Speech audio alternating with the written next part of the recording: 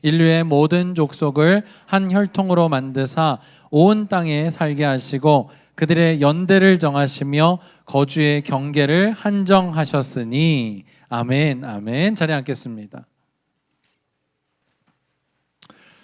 여러분, 저희는 지난주부터 고백이라는 주제를 가지고 함께 웨스트민스터 신앙 고백서의 중요한 부분들을 함께 나누고 있습니다. 오늘 이 시대가 참으로 많은 이단들의 공격과 유혹과 도전이 있고요. 그 가운데에서 우리가 어떠한 우리의 신앙을 확립해야 하는가는 굉장히 중요한 문제예요. 너무너무 중요합니다. 실제로 여러분, 작년에 졸업했던 한 졸업생 중에 올 연초지요, 목사님한테 연락이 와가지고 목사님 그래 왜? 그랬더니 제가 이상한 만남이 좀 시작된 것 같아요. 그게 뭐니? 그랬더니 알라딘 문고에서 책을 보고 있는데 누가 오더니 전화기를 빌려달래요. 전화기를 이렇게 아무 생각 없이 빌려줬답니다. 근데 그게 너무너무 고마워서 꼭 보답을 해주고 싶은데 어떻게 보답을 해줄 수 있는지에 대해서 사지선다를 주겠다는 거예요. 진짜 웃기지 않아요? 여기서부터 벌써 이상하지 않아요? 근데 그 사지선다 중에 뭘 선택하더라도 다시 다음에 만날 수밖에 없도록 프로그래밍이 돼 있는 거예요. 그래가지고 2번 혹은 3번을 만나면서 자기 진로에 대한 이야기도 나누고 자기 적성에 대한 이야기도 나누다가 그 다음에 어떤 이제 본색을 드러냈는데, 그 어떻게 본색이 드러나냐면 자기가 정말 잘 아는 훌륭한 분이 있는데 함께 만나보지 않을래? 이렇게 되는 거예요. 좀 무섭지 않나요?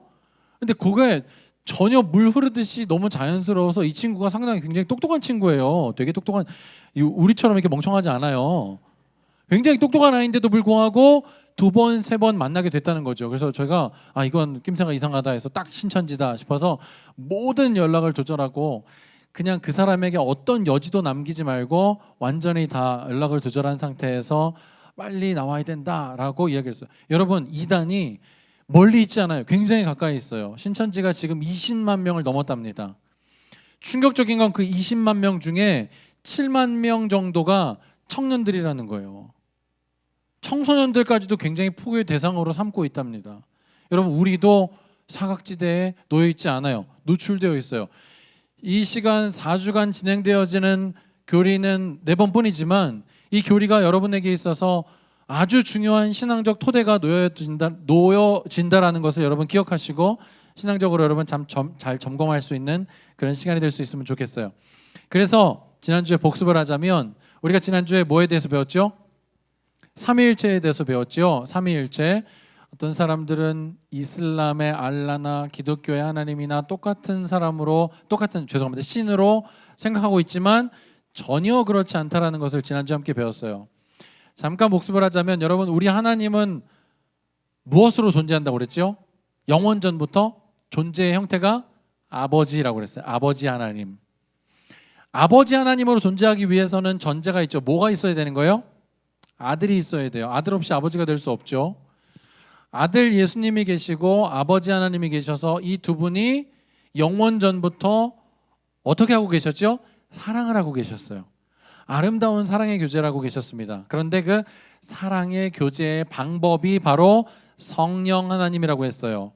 그렇다고 해서 성령 하나님이 무슨 기운이나 에너지 같은 그런 것이 아니라 인격체를 가진 하나님이라고 말씀을 드렸고, 그 성령 하나님의 교통하심으로 인하여서 아버지 하나님과 아들 예수님이 아름답게 사랑의 교제를 충만하게 하고 계신다라고 여러분과 함께 나누었습니다. 이제 그 연장선상에서 오늘 그 사랑에 충만하신 삼위의 하나님이 우리를 그 공동체 안으로 초청하고 계시는데 바로 섭리적인 차원으로 초청하고 있다는 거예요. 그래서 오늘 2번째 주제는 뭐냐면 바로 하나님의 섭리입니다.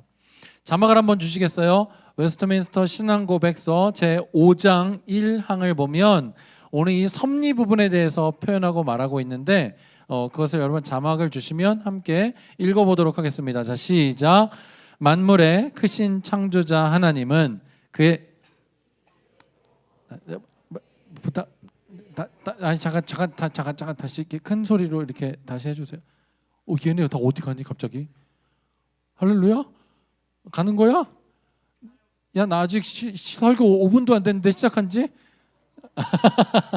그래, 알겠어요. 빨리 갔다 와. 자, 다시 한번 우리 갑자기 쟤네 때문에 갑자기 우리 설교자는요, 앞에서 강의하는 사람들은 옆에서 이렇게 누가 나가면 뭐 때문에 나간다고 생각하죠? 나 때문에 나간다고 생각을 하는 거야. 시험에 들어요. 미리 사전에 얘기라도 좀 해주지. 자, 다시 한번 크게 큰 소리로. 자, 시작.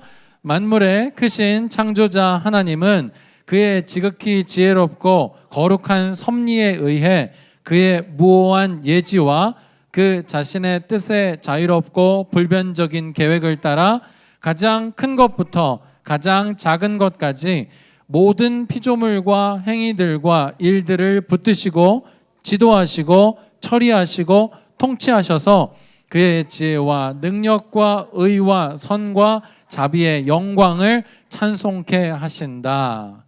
여러분, 조금은 딱딱한 것 같지만 오늘 이 이야기가 어떤 내용인지를 함께 성경을 통하여 좀 풀어보도록 하겠습니다. 오늘 우리가 읽은 이 사도행전은요, 전체적으로 우리가 한 2절밖에 안 읽었기 때문에 어떤 위치인지 잘 모를 수가 있어요. 그래서 흐름을 제가 한번 여러분과 함께 나눠볼게요. 사도 바울이 처음 사도행전을 들어가면서 복음을 전하는 증거의 대상으로는 아시아가 그들의 주 목적이었어요. 그런데 아시아로 가고자 하는 뱃머리가 마게도니아 사람의 환상을 통하여서 유럽 지역으로 옮겨지게 되고 첫 성 빌립보에 들어가서 복음을 전하게 됩니다.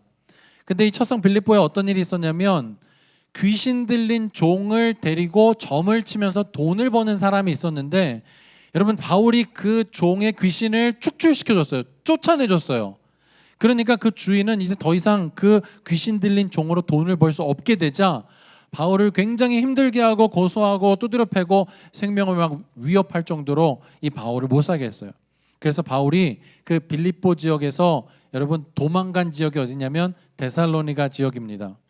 근데 이 데살로니가에 갔을 때 바울이 여전히 복음을 자유롭게 전할 수 있는 것이 아니라 당시 유대인들이었던 지배층들이 불량배를 고용해서 바울을 회방하고 바울을 또 몹시 몹살게 굴며 바울의 생명을 달라고 요청을 했어요. 그래서 바울이 데살로니가에서 어디로 이동하냐면 베레아라는 지역으로 도망을 가고 쫓겨가게 됩니다. 근데 이 베레아 지역 사람들은 굉장히 점잖고 복음을 잘 수용하는 것 같았으나 데살로니가에 있는 이 깡패들이 어디까지 쫓아왔어요? 베레아까지 쫓아왔어요. 그래서 바울은 또 어쩔 수 없이 또 이동을 하며 움직이게 되는데, 그 움직이는 곳이 어디냐면 아덴이라는 곳이에요. 그래서 여러분, 오늘 우리가 읽은 이 17장은요 아덴에서에 있었던 일입니다. 어떤 일이 있냐면, 여러분 17장 16절을 보니까 바울이 아덴에 들어가서 아덴에서 그들을 기다리다가 그 성에 우상이 가득한 것을 보고 마음에 격분하여 라는 표현이 있습니다. 아덴 지역에 들어가니 우상이 너무나 많은 거예요. 근데 바울이 그 사람들이 헛된 우상에 절하는 모습을 보면서 마음이 격분했어요. 울분이 치밀었다는 거죠. 여러분, 우리는 어때요? 이런 분노가, 거룩한 분노가 없죠. 우리는 정의, 불의를 보면 어때요? 잘 참아요. 너무 잘 참아요. 너무 잘 참아서 탈이에요. 여러분, 예전에는 중학생 아이들이 막 담배 피고 골목에서 그러고 있으면 지나가시는 어른들이 예끼놈! 그러면은 애들이 어떻게 했어요?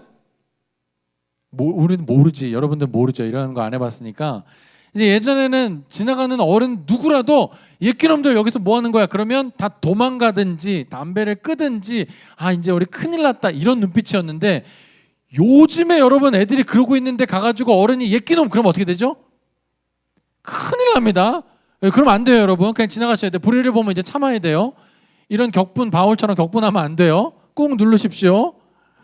우상을 바라보며 바울이 격분하며, 너희들이 지금 얼마나 헛된 것들 가운데 시간과 마음과 너희들의 노력을 빼앗고 있는 것인지 아느냐라고 하며 그들과 함께 뭐가 됐냐면 변론이 붙었어요. 변론이 붙는 가운데 바울이 자기 하나님, 우리가 믿는 하나님이 어떤 분이신지에 대해서 설명하는 중에 읽은 두 구절이 바로 그 구절입니다. 그래서 다시 보면, 무엇이 부족한 것처럼 사람의 손으로 섬김을 받으시는 것이 아니다. 누가? 살아계신 하나님이. 이는 만민에게 생명과 호흡과 만물을 친히 주시는 이시다. 그에게는 부족한 것이 없다라는 거예요. 너희들이 드리는 그 제사 정도로 그 살아계신 하나님이 만족하시는 그런 분이 아니라는 것을 지금 얘기하고 있는 거죠. 너희들이 너무 지금 헛된 짓을 하고 있다는 거예요. 26절을 보니까 인류의 모든 족속을 한 혈통으로 만드사 창조주라는 거예요. 인류의 창조주. 온 땅에 살게 하시고 그들의 연대를 정하시고 거주의 경계를 한정하셨으니, 여러분 시편에 보면 바다의 파도가 하나님이 지은 경계선까지만 움직이는 거예요. 넌 여기까지 와야 돼. 그걸 지으셨어요. 그러니까 파도가 막 오다가도 여기까지야 하면서 다시 돌아가는 거예요. 해와 달과 별들이 하나님이 만들어 놓으신 그 자리에 정확하게 위치해 있는 거예요. 여기가 니네 자리야 하면 네 하면서 여기 있는 거예요. 그게 하나님이 하시는 창조주의 위대하심입니다. 계속 좀 읽어볼게요. 이는 사람으로 혹 하나님을 더듬어 찾아 발견하게 하려 하심이로되 그는 우리 각 사람에게서 멀리 계시지 아니하는도다. 하나님은요 우리와 가까이 계시는 분이세요. 근데 여러분 이단 사상 중에 어떤 사상이 있냐면 이신론이라는 사상이 있는데, 이 사상은 뭐냐면 하나님이 천지를 창조하실 때까지는 하나님이 맞아. 그런데 이 하나님이 천지를 창조하시고 난 다음에 한 걸음 뒤로 물러나가서 팔짱을 끼고 니네 어떻게 되나 보자 하고 계신다라는 거죠. 이 하나님은 우리가 기도할 때 듣지 않으시는 하나님이에요. 이 하나님은 우리와 멀리 계시는 하나님이에요. 근데 지금 바울은 뭐라고 말하고 있어요? 하나님은 우리와 가깝게 계시며 멀리 계시는 분이 아니시고 우리가 기도할 때 들으시고 우리와 교제하는 분이다라는 것을 말씀하고 있는 거죠. 더 나아가서 28절입니다. 우리가 그를 힘입어 살며 기동하며 존재하느니라. 우리의 모든 존재의 원인자가 하나님이시는 거, 우리는 그 하나님에 기대어 있다라고 바울은 지금 설명하고 있습니다. 그래서 쭉 가다가 어떻게 됐냐면 금이나 은이나 돌에나 사람의 기술과 고안으로 새긴 것들과 같이 여길 것이 아니니라. 너희가 얼마나 지금 헛된 우상 가운데 무릎 꿇고 있는지 아느냐? 라는 것을 변론하기 시작했어요. 뭐가? 근데 여러분 지금 우리가 이게 기록 문화잖아요. 그래서 성경이 기록되어 있으니까 이렇게 지금 얌전하게 한 것처럼 보여지지만 오늘 우리가 읽은 16절에 보면 격분했다라는 표현을 보면은요, 여러분 바울이 변론할 때 엄청나게 자기의 모든 힘을 다 쏟아서 그 우상의 제물 앞에 있는 사람들에게 비난하였을 거라고 저는 생각해요. 호통쳤을 거라고 생각해요. 그리고 강력하게 선언했을 거라고 생각해요. 근데 그거에 대한 반응이 어떻게 나타나냐면 이렇게 돼요. 그들이 죽은 자의 부활을 듣고, 당연히 죽은 자의 부활은 예수님이죠. 어떤 사람은 조롱도 하고 어떤 사람은 이 일에 대하여 내 말을 다시 듣겠다 하니 편이 나눠진 거예요. 조롱하고 그런 일이 어디 있어? 어떤 사람은 그래? 다시 한번 들어볼 수 있을까? 편이 날라지며 소요가 일어나자 33절에 보니까 바울이 그들 가운데에서 떠나매라고 표현되어 있어요. 점잖게 떠난 게 아니라 바울은 이 소요로 인하여서 다시 사람들에게 주목을 받게 되고 사람들의 비난과 조롱과 생명의 위협을 받아 쫓겨나게 된 것이죠. 그래서 오늘 어디로 가냐면 바울은 아덴에서 고린도라는 지방으로 18장으로 넘어가게 되는 거예요. 근데 재밌는 건 뭐냐면 여러분 바울이 고린도에 갔을 때 어떤 사람을 만나게 돼요. 그들을 찾아갑니다. 근데 그들이 누구냐면 바로 브리스길라와 아굴라라는 부부예요. 여러분 이름 들어본 적 있어요? 브리스길라와 아굴라? 근데 여러분 아굴라라는 사람이 오늘 성경에 뭐라고 나냐면 본도에서 태어난 사람이래요. 근데 여기는 자기의 고향이 아니라 디아스포라 유대인이에요. 여러 가지 이유 때문에 지금 이민을 가서 살아간 사람이라는 것이죠. 여러분 이민 생활이 녹록치 않아요. 이 사람의 이 모습만 보아도 이 사람은 굉장히 힘들고 터프한 인생을 살아왔겠구나라는 것을 생각할 수 있게 되고요. 브리스길라라는 이름의 뜻이 갖고 있는 것은 로마의 귀족층이라는 뜻이에요. 이때 당시에는요 이름만 들어도 이 사람의 신분을 알 수 있었어요. 오네시모, 유두고 이런 사람들은 다 종의 이름이었습니다. 브리스길라라는 이름은 왠지 브리스길라 하면 우아하지 않아요? 오네시모, 유두고 굉장히 종스럽지 않나요? 그렇다고 해주세요 빨리. 근데 브리스길라 굉장히 우아하죠. 브리스길라 귀족인데도 불구하고 아굴라라는 천민과 함께 결혼할 수 있었던 것은 신분이 이들에게 중요하지 않았다는 말이고 이들은 그리스도의 복음으로 변화된 사람이었다는 것을 알게 됩니다. 근데 이 사람들도 바울처럼 뭔가에 쫓겨서 고린도 지방에 올 수밖에 없었어요. 근데 뭐에 쫓겼냐? 성경 말씀을 보니까 이때 당시에 글라우디오라는 황제가 칙령을 내렸다고 성경은 그렇게 표현합니다. 근데 이 칙령이 뭔가 한번 알기 위해서 성경을 좀 들여다보면은 이때 당시 여러분 로마에 기독교인들이 있었어요. 근데 이 기독교인들은 사실 로마의 정부 입장으로 보자면 굉장히 걸림돌과 같은 눈에 가시 같은 존재라는 거죠. 왜? 여러분, 이 당시에 로마의 법에 황제는 로마법의 지배를 받지 않는다라는 조항이 있었대요. 여러분, 법의 지배를 받지 않는다라는 건 그 모든 법 제정 위에 있다라는 뜻이잖아요. 그래서 이 사상이 점점점 지나면서 황제 숭배 사상으로 넘어가게 됩니다. 그러니까 이 사람들의 여러분 말의 인사의 표현 중에 하나가 뭐냐면 가이사에게 영광을, 가이사가 우리의 주인이십니다, 가이사가 우리의 삶의 모든 것을 공급하십니다, 이런 인사말이 있었는데 유독 한 종류의 사람들, 그리스도인들만 뭐라고 말하냐면 가이사에게 영광을, 가이사에게 영광을. 그러면 아닙니다, 그리스도가 우리의 영광이십니다. 가이사가 우리의 생명의 주관자이십니다. 아닙니다, 그리스도가 우리의 생명의 주관자이십니다. 사사건건 시비를 거니까 로마 정부 입장에서 보면 기독교인들이 눈에 가시처럼 보이는 거예요. 그래서 굉장히 탄압을 합니다. 길드에도 들어가지 못하겠어요. 상거래를 못하겠다는 말이에요. 여러분, 뭐 장사를 하기 위해서는 돈을 빌려야 되는데 이렇게 고백하는 로마 시민들에게는 1%의 금리를 받았다면 여기에 포함되지 않는 기독교인들에게는 10%, 15% 굉장히 고리를 받았어요. 그러니까 여기 살기가 어려운 거예요. 그런데 안 그래도 눈에 가시처럼 보여지고 있는 기독교인들 사이에서 뭐가 일어났냐면 예수 그리스도의 부활 소식이 들리기 시작한 거예요. 그래서 팔레스타인 예루살렘에 있었던 이 예수님의 부활 소식이 바다를 건너 이탈리아의 로마의 심장부까지 퍼지게 됐고, 그것으로 사람들이 분분하며 진짜 살아나셨대, 아니야 그럴 일이 어디가 있어 하면서 소요가 일어나자 글라우디아가 이걸 딱 잡고 잘 됐다, 이제 그리스도인들을 내가 다 쫓아내야 되겠다 해서 나사렛 칙령이라는 걸 이렇게 발령하여서 그리스도인들을 싹 다 추방했어요. 사실 브리스길라는 로마 시민권이 있는 귀족이기 때문에 안 나가도 됐거든요. 근데 사랑하는 누가 있어요? 사랑하는 누가 있어요? 아굴라가 있는 거야. 여러분 같으면 어떻게 했어요? 아굴라의 손을 붙잡고 함께 피난을 간다. 1번. 아니다, 사랑은 영원하지 않아, 내가 살아야지, 아굴라 안녕. 2번. 자, 1번 한번 눈 한번 깜빡해봐요. 2번 한번. 아니야, 내가 나라도 살아야지, 저 사람은 내가 행복하게 사는 걸 원할 거야, 나라도 남아야 되겠어. 2번 한번 깜빡해보세요. 아예 눈을 감고 안 뜨는 사람은 뭐니? 여러분, 브리스길라는 아굴라의 손을 붙잡고 고린도 지방으로 피난을 가게 된 거예요. 근데 이 부부의 직업이 있었는데 그게 뭐냐면 텐트를 만드는 텐트 메이커였어요. 공교롭게도 바울은요, 이때 신학자들이나 설교하는 설교자들은 설교를 하고 다른 사람들은 요를 받았어요. 돈을 받았거든요. 강론을 하고 강론에 대한 돈을 받았는데 기독교인들은 돈을 받지 않았어요. 그래서 특별한 자기 기술 하나씩을 가지고 있는데 그때 바울이 가졌던 기술은 뭐냐면 장막을 만드는 텐트 메이커였습니다. 근데 여러분, 사람들이 막 고린도 지방으로 막 몰려드니까 임시거처로 텐트가 필요하잖아. 브리스길라와 아굴라 부부가 엄청 열심히 텐트를 만드는데도 손이 부족했을 거야. 그러니까 바울이 그걸 보고 뭐란 거지? 찾아간 거예요.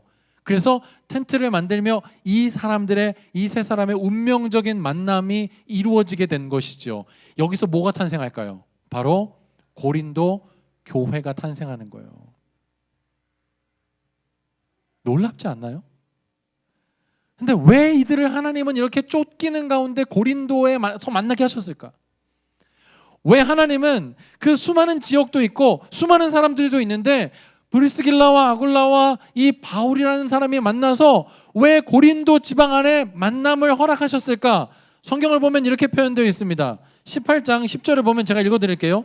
내가 너와 함께 있으며 어떤 사람도 너를 대적하여 해롭게 할 자가 없을 것이니 이는 이 성 중에 내 백성이 많음이라. 저를 보세요. 이 성 중에 내 백성이 많음이라. 이거는 이미 믿은 그리스도인들이 아니라 앞으로 하나님이 찾아내야 할 잃어버린 백성들이 있다라는 뜻이에요. 이 백성을 향한 하나님의 계획이 있으니 뭐가 필요합니까? 교회가 필요한 거예요. 그래서 여러분, 이 세 사람이 만나서 그 안에서 뭘 했겠습니까? 예배드리고 제자 훈련 받고 성경 공부하고. 나중에 어떤 일이 있냐면요, 여러분, 아볼로라는 사람이 이 당시에 유명한 신학자였는데 성경에 뭐라고 표현되냐면 세례 요한의 세례까지만 알더라, 이렇게 표현되어 있거든요. 그러니까 브리스길라 아굴라가 이 사람을 만나가지고, 평신도가 신학교 교수님을 만나가지고 이게 부르는 거야. 이리 와보시라고. 근데 그게 다가 아니라고. 세례 요한의 세례를 능가하는 하나님의 성령 세례가 있다고 하면서 나중에 엄청나게 복음을 막 가르치는 역사가 막 일어난다는 거죠.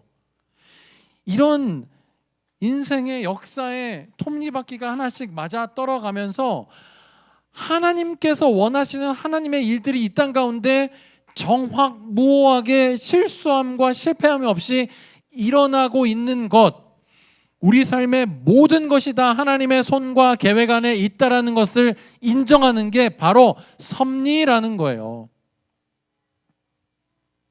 여러분 때때로 이런 생각해봤죠? 나는 왜 이런 집에 태어나서 이런 외모와 이런 머리의 수준과 이런 내 친구의 환경과 왜 나는 이렇게밖에 살 수 없을까? 그래서 심지어는 어떤 아이들 만나보면 목사님 저는요 진짜 부모님 죄송합니다. 정말 왜 우리 부모님 밑에서 태어났는지 제가 모르겠어요. 이런 아이들도 있어요. 근데 제가 이렇게 말해주죠.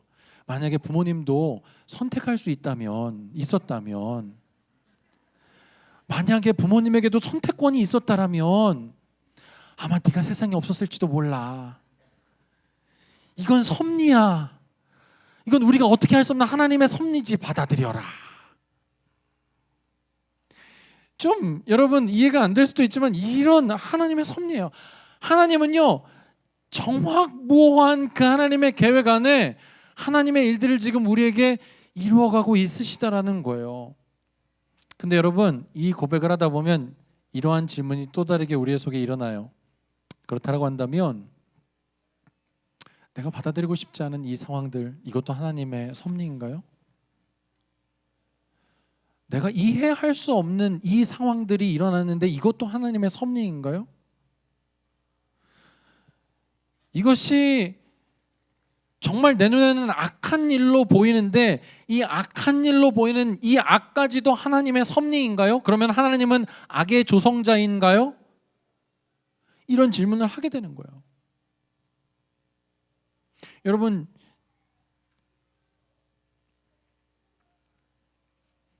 지금 저희 부서는요 두 분을 위해서 굉장히 기도를 집중하고 있어요. 두 분이 다 암에 걸렸었어요. 우리 선생님의 부모님들이십니다. 한 분은 아버님이시고 한 분은 어머님이세요. 한 분은 침새 마음 때문에 수술을 이제 마치셨고 회복을 기다리시고 회복하고 계시고요. 한 분은 방광암 때문에 수술하셨고 이제 회복하는 중에 계세요. 여러분 없었으면 좋겠었어요. 이런 일들이 일어나지 않고 그냥 넘어갈 수 있었다면 더 좋았을 것 같아요. 그런데 그런 것이 우리의 현실과 삶의 문제로 지금 있다라는 거죠. 목사님 딸아이도 면역체계 이상으로 머리가 다 탈모가 일어나고 있어요. 봄방학을 해가지고 집에 있으니까 자꾸 엄마를 괴롭히니까 엄마가 묘책을 써가지고 얘네를 데리고 이틀 동안 밖에 놀러 갔다 왔는데 저는 그러니까 아이를 이틀 만에 본 거죠. 이틀 만에 봤는데 이틀 전에 본 제 딸아이의 모습과 지금의 모습이 너무 달라.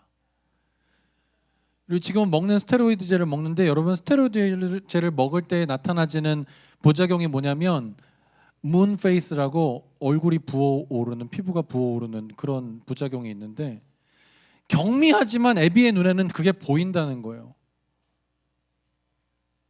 근데 더 마음이 아픈 현실은 뭐냐면 여러분 문페이스가 되니까 피부가 이렇게 팽팽하게 부풀어 오를 거 아니에요.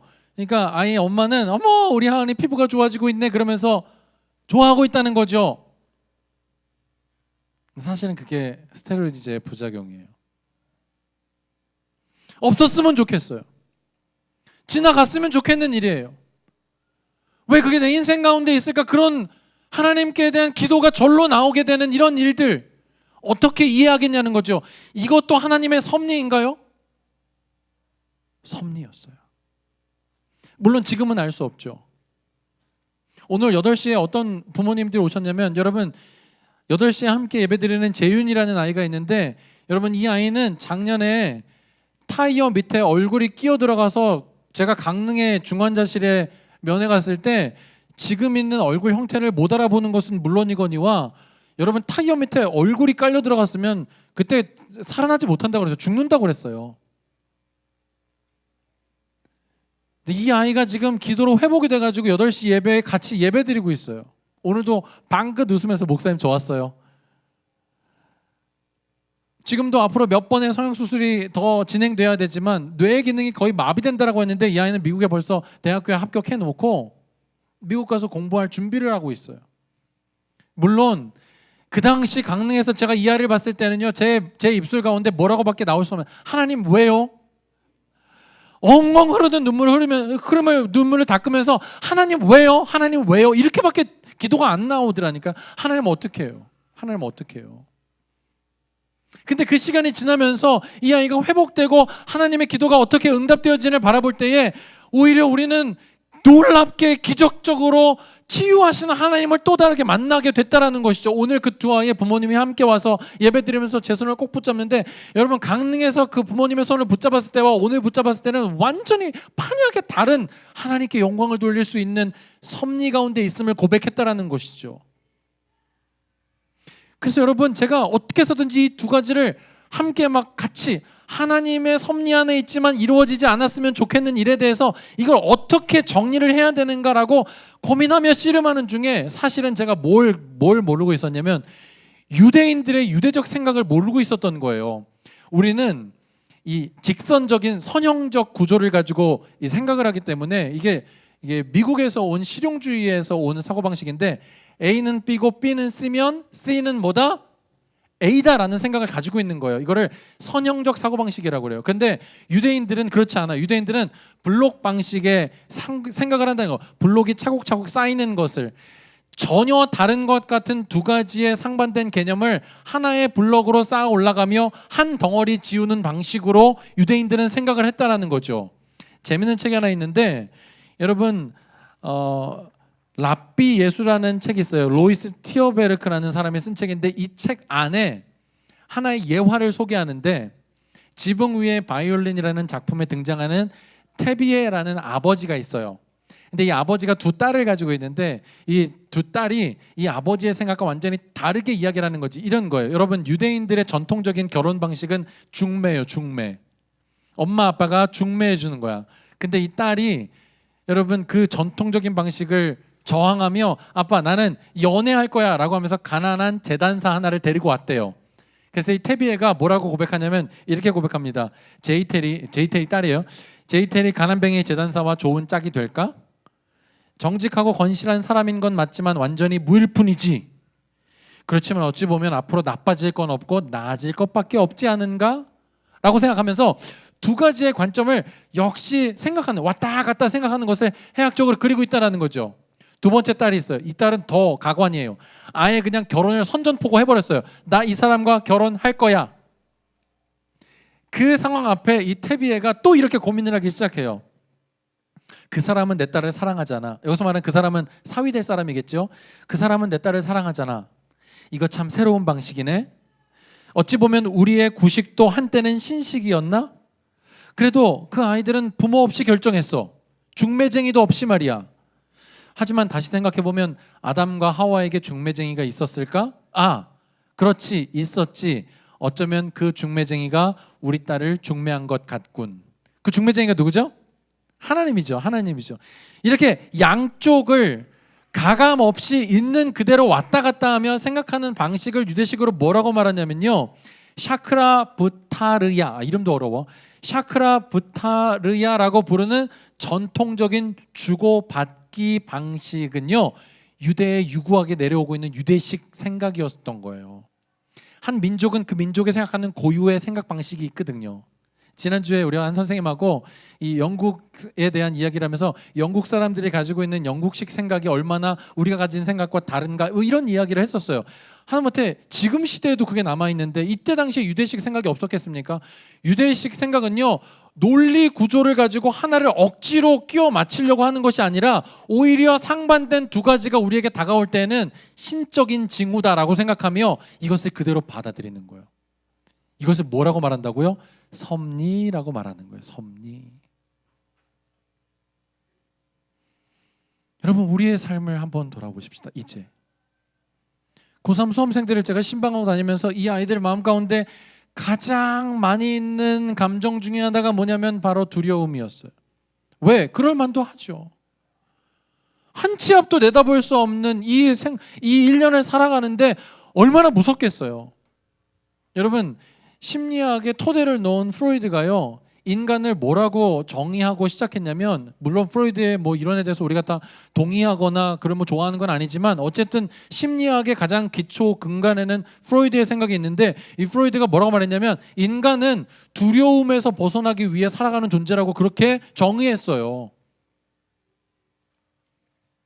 우리의 삶도 그렇다는 거죠. 우리의 1년 동안에 한 치 앞도 내다볼 수 없는 이 삶 동안에 우리의 마음에 늘 날마다 엄습해 오는 것이 뭐냐면 두려움이라는 거예요. 절망이라는 거예요. 고통이라는 거예요. 근데 그런 우리의 생각에 오늘 성경은 뭐라고 말하고 있냐면 강하고 담대하라. 두려워 말고 놀라지 말라. 두려워하지 말고 놀라지 말라. 왜? 하나님의 실수 없으신 정확무오한 그 계획과 뜻이 우리의 인생을 관통하고 있으시다는 거예요. 하나님의 섭리가 처음부터 마지막까지 1초에 아니 0.0000001초의 오차도 없이 우리의 인생을 이끌어가고 계신다는 거죠. 때때로는 우리가 이해하지 못하는 상황 가운데 만나기도 하지만 상충되어지는 두 가지, 전혀 이해할 수 없는 왜 이런 일들이 나에게 일어나야 되는지 알 수 없는 상황 가운데 놓이기도 하지만 그 모든 것이 다 하나님의 섭리 안에 들어있다라고 성경은 우리에게 이야기합니다. 그래서 오히려 그 안에 우리가 겸손하게 무릎을 꿇는 것이 필요하다라는 거예요. 그거는 무식하게 우리가 포기하는 게 아니라 오히려 인간의 한계를 두고 하나님만이 아십니다라는 마음의 겸손의 태도라고 유대인들은 생각한다라는 거죠. 사랑하는 여러분, 그런데 이게 중요해요. 우리 인생의 계획을 세우고 우리를 인도하여 섭리하고 계시는 그 하나님은 어떤 하나님이시라고요? 폭군의 하나님이에요? 지배자의 하나님이에요? 간사한 하나님입니까? 실수가 좀 있으신 분인가요? 하나님 저 여기 있는데 왜 저에게 이런 일이 일어납니까? 야 미안해 야 내가 실수했다 야 미안해 야 이런 하나님이신가요? 이런 상황 속에서 예배 드려야 되는 것도 섭리예요, 여러분. 이 어린이날에 지금 유치부가 옆에 있다라는 것도 섭리예요, 여러분. 왜 이래? 야 내가 실수했다. 야 미안해. 이런 하나님이 아니시란 말이죠. 그분은 영원전부터 하나님 아버지, 아들 예수님, 성령의 교통하심으로 그 사랑 가운데 우리가 함께 초청되어 그 사랑의 방법대로 그 사랑의 충만하심이 무엇인지를 깨달아 아는 자리로 우리를 초청하고 계시는 하나님의 섭리가 있다는 것이에요. 여러분, 이 고백은 막연하게 정해지지 않은 우리의 미래를 향한 두려움 가운데 용기를 줄 것입니다. 우리의 부족함 가운데 스스로가 너무나 밉다라고 생각되어지는 여러분에게 하나님이 계시다라는 것 자체가 우리에게 새로운 눈을 띄워주는 힘의 근원이 될 것입니다. 여러분, 이것은요 그냥 우리가 아무것도 아닌 꼭두각시로 전락되어지는 것이 아니라 오히려 우리 안에 무한한 자유와 지평을 열어주시는 하나님의 원대한 계획과 뜻인 줄로 믿습니다. 그래서 여러분, 하나님의 섭리 앞에 우리의 삶을 내어 맡겨드릴 수가 있는 것입니다. 따라합시다. 나는 한 번만 해줘 얘들아. 나는 이렇게도 해야지. 나는 하나님의 섭리 안에 있다. 믿으십니까? 그래요. 우리 모두가 다 하나님의 섭리 안에 있음을 여러분 믿으시기 바랍니다. 소용없어. 쟤네 완전 미쳤어요. 지금 완전 미쳤거든. 여러분, 오늘은 저희가 어린이 주간인데 저희와 전혀 상관없는 어린이 주간이잖아요. 혹시 나 아직 어린이인데 선물 받고 싶은데 뭐 안 주세요 이런 친구 있으면 예배 끝나고 뒤로 오세요. 제가 상담 선물 드릴게요. 그래서 오늘 사실은 부모님과 함께 드리는 이 예배를 드리면서 저희 나름대로는 약간 어버이 주간이다라고 생각하고 드리고 있어요. 그래서 오늘 어떤 순서를 준비했냐면 우리 학생들 중에 한 명이 부모님께 편지를 하나 좀 썼어요. 그래서 우리 아이들의 마음이 이렇다라는 것을 대표해서 우리 현정이가 부모님에게 보내는 편지 하나를 썼는데 여러분 이게 내 아이가 쓴 편지겠거니라고 생각하고 한번 들어주시면 좋을 것 같아요. 괜찮으시겠죠? 괜찮으시겠죠? 안 괜찮아도 할 거예요. 어쩔 수 없어요. 현정이 앞으로 나와볼래?